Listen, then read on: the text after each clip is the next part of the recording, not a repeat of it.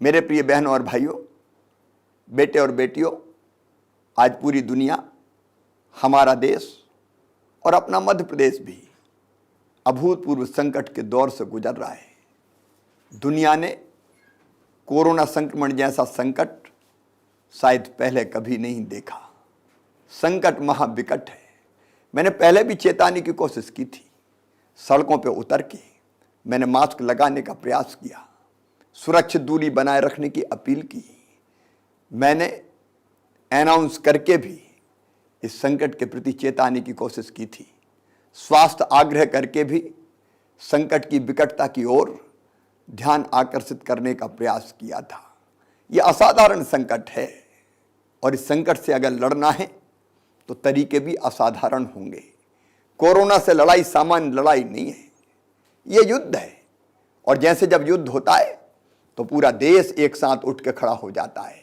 आज केवल सरकार नहीं, सरकार के साथ समाज, हम, आप सबको मिलकर लड़ना पड़ेगा, तब इस संकट का मुकाबला कर पाएंगे। और इसलिए आज मैं आपसे प्रार्थना करने उपस्थित हुआ हूं।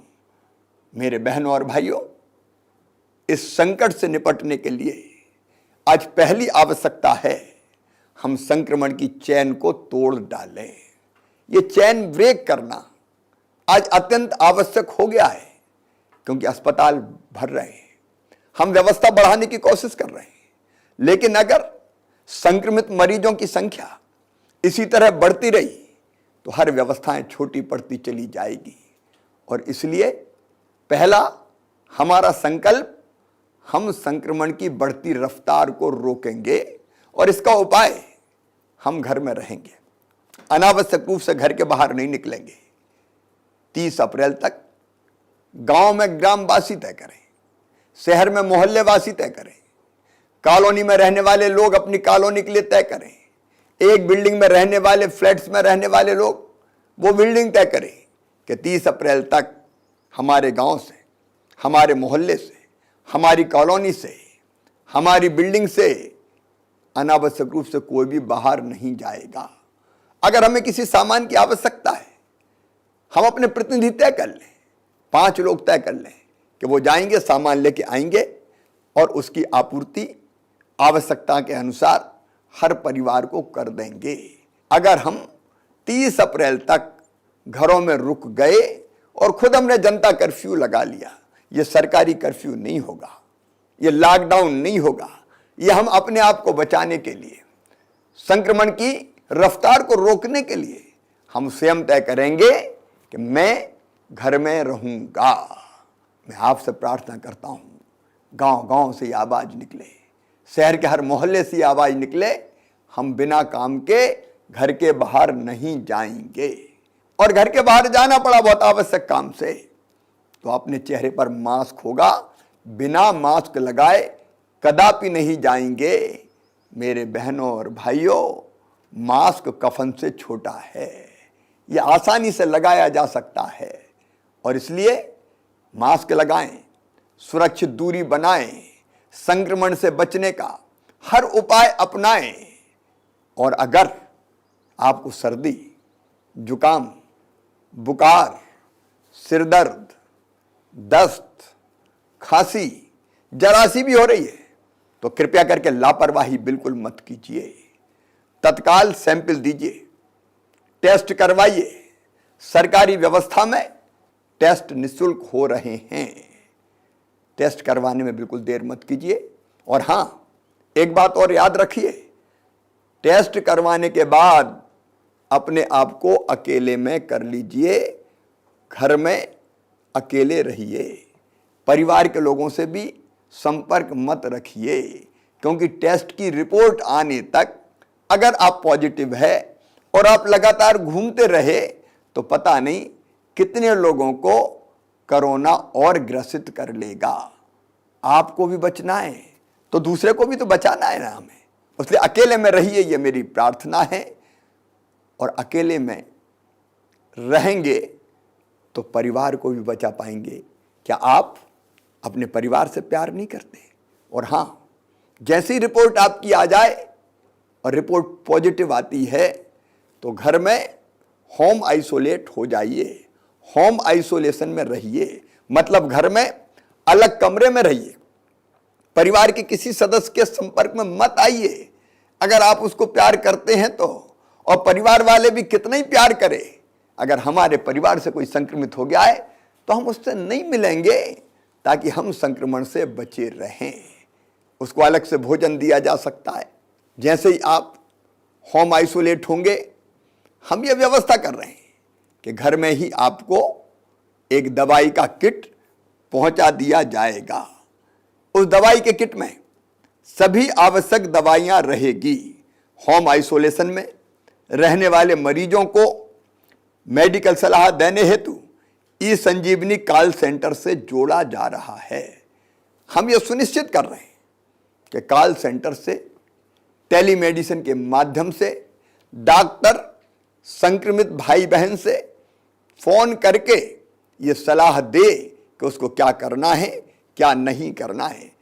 आपके जो लक्षण है आप बताएं, डॉक्टर से सलाह प्राप्त करें। और हां, होम आइसोलेशन में दवाओं का किट आपको निःशुल्क पहुंचाया जाएगा। निःशुल्क पहुंचाया जाएगा। आप डॉक्टर द्वारा बताई हुई सारी सावधानियां रखें। जो दवाएं दी गई है उन दवाओं का सेवन करें। मेरा विश्वास है कि घर पर ही आप पूर्णतः स्वस्थ हो जाएंगे। और हां, यदि घर में रहने के लिए अलग स्थान नहीं है तो भी चिंता मत कीजिए। बाकी परिवार को बचाना है तो आप कोविड केयर सेंटर में आ जाइए। 110 कोविड केयर सेंटर पूरे प्रदेश में प्रारंभ कर दिए गए। हर जिले में कोविड केयर सेंटर है। जरूरत पड़ेगी तो हम और बनाएंगे ताकि आपको कोविड केयर सेंटर में रखा जाए। कोविड केयर सेंटर में डॉक्टर आपकी देखभाल करेंगे, स्वास्थ्य विभाग का अमला रहेगा, भोजन चाय नाश्ते की व्यवस्था की जाएगी और आप स्वस्थ हो जाएं, इसका पूरा प्रयास किया जाएगा। इसलिए घर में जगह नहीं है तो बिल्कुल संकोच मत कीजिए, कोविड केयर सेंटर में आइए।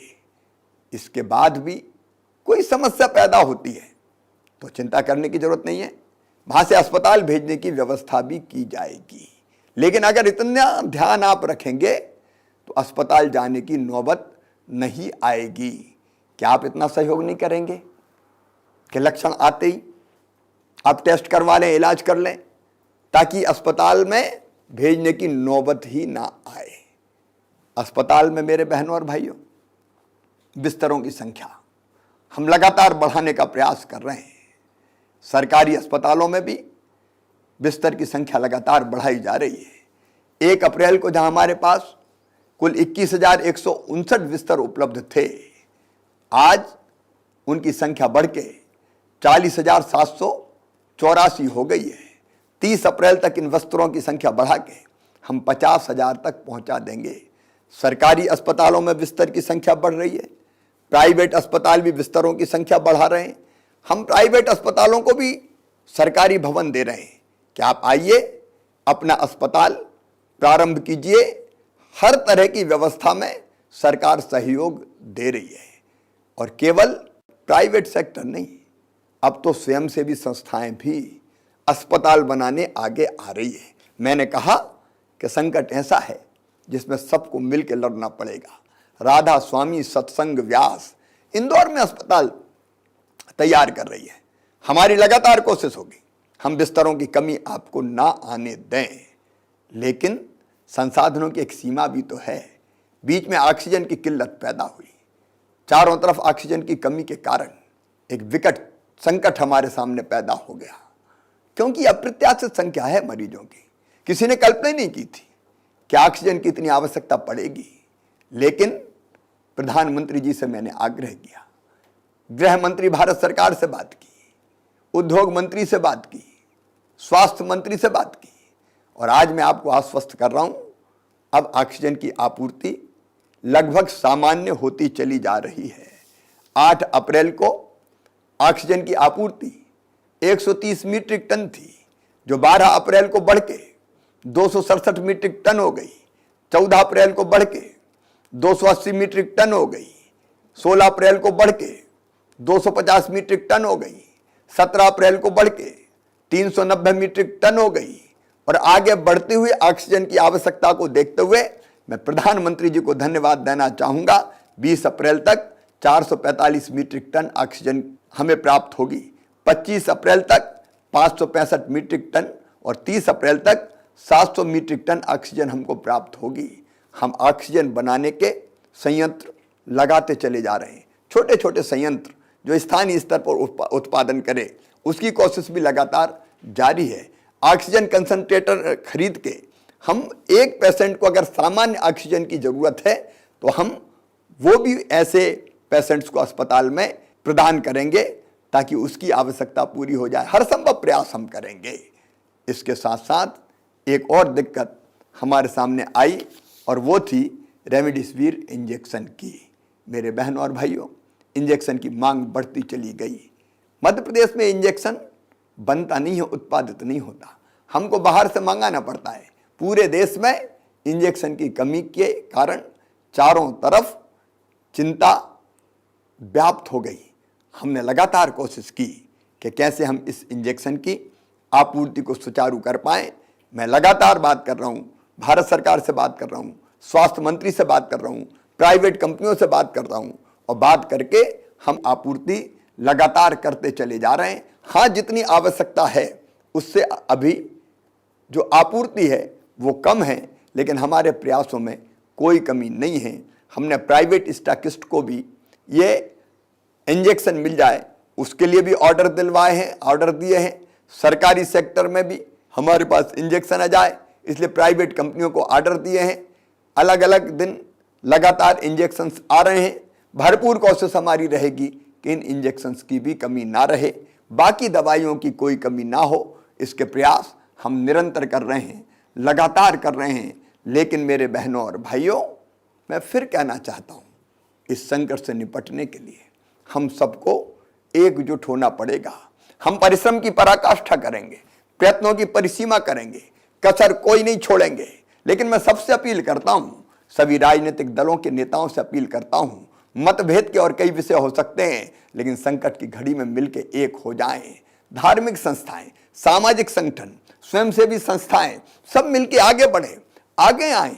मुझे खुशी है कि कोरोना वॉलंटियर्स निकल के सामने आए हैं जिनने अपने आप को रजिस्टर करवाया है कि हम इस संकट की घड़ी में प्रशासन और सरकार के साथ खड़े रहेंगे।